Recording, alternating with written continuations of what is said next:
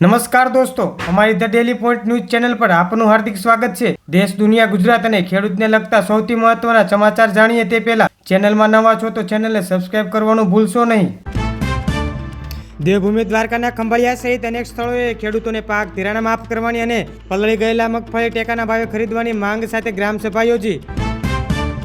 ભારે વરસાદના કારણે અગાઉ મૌખિક રખાયેલી ગિરનાર પવિત્ર લીલી પરિક્રમા આખરે શરૂ કરવામાં આવી। આસ્થાને ધ્યાનમાં રાખીને મર્યાદિત સંખ્યામાં માત્ર સાધુ સંતો જ પ્રતિકાત્મક પરિક્રમા કરવાની પરવાનગી આપવામાં આવી। રાજ્ય સરકારે પોલીસ કર્મીઓના સંતાનોના અભ્યાસમાં સહાયની રકમમાં વધારો કરવાનો નિર્ણય કર્યો। આજે પવિત્ર તુલસી યુવાનો દિવસ છે, જેના ભાગરૂપે અરવલ્લી શામળાજી ખાતે તુલસીજી અને ભગવાનના લગ્નોત્સવ સહિત અનેક સ્થળોએ ઉજવણી થશે। આજે ભારતીય મહિલા ક્રિકેટ ટીમ અને દક્ષિણ આફ્રિકા મહિલા ટીમ વચ્ચે મુંબઈમાં ICC one day world cup 2025ની ફાઇનલ મેચ રમાશે। આ મેચ દ્વારા ક્રિકેટ જગતને 25 વર્ષ બાદ નવી ચેમ્પિયન ટીમ મળશે।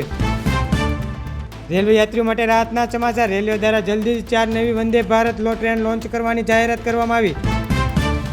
બિહાર વિધાનસભા ચૂંટણી પહેલા આજે જનસુરજ પાર્ટીના સમર્થન દુલાચંદ યાદવની હત્યાના મામલે ચૂંટણી પંચ એક્શન મોડમાં આવ્યું છે અને મોકાના 3 અધિકારીઓ સામે કાર્યવાહી કરવામાં આવી। સિનેમાના બાદશાહ ગણાતા અભિનેતા શાહરૂખ ખાનને આજે 60મો જન્મદિવસ।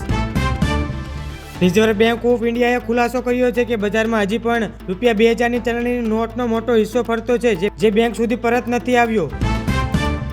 ભારતીય અવકાશ સંશોધન સંસ્થા ISRO આજે અત્યાર સુધી સૌથી ભારે ઉપગ્રહ લોન્ચ કરવા જઈ રહી છે। 1 નવેમ્બર 2025થી ભારતમાં કેટલાક નાણાકીય અને સેવા સંબંધિત નિયમોમાં ફેરફાર થવા જઈ રહ્યો છે।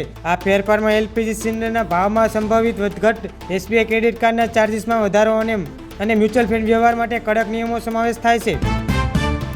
ભારતના સંરક્ષણ પ્રધાન રાજનાથ સિંહે મલેશિયામાં US સંરક્ષણ સચિવો સાથે મુલાકાત કરી, જ્યાં ભારત અને યુનાઇટેડ સ્ટેટ્સ 10 વર્ષ બાદ સંરક્ષણ કરાર પર હસ્તાક્ષર કર્યા।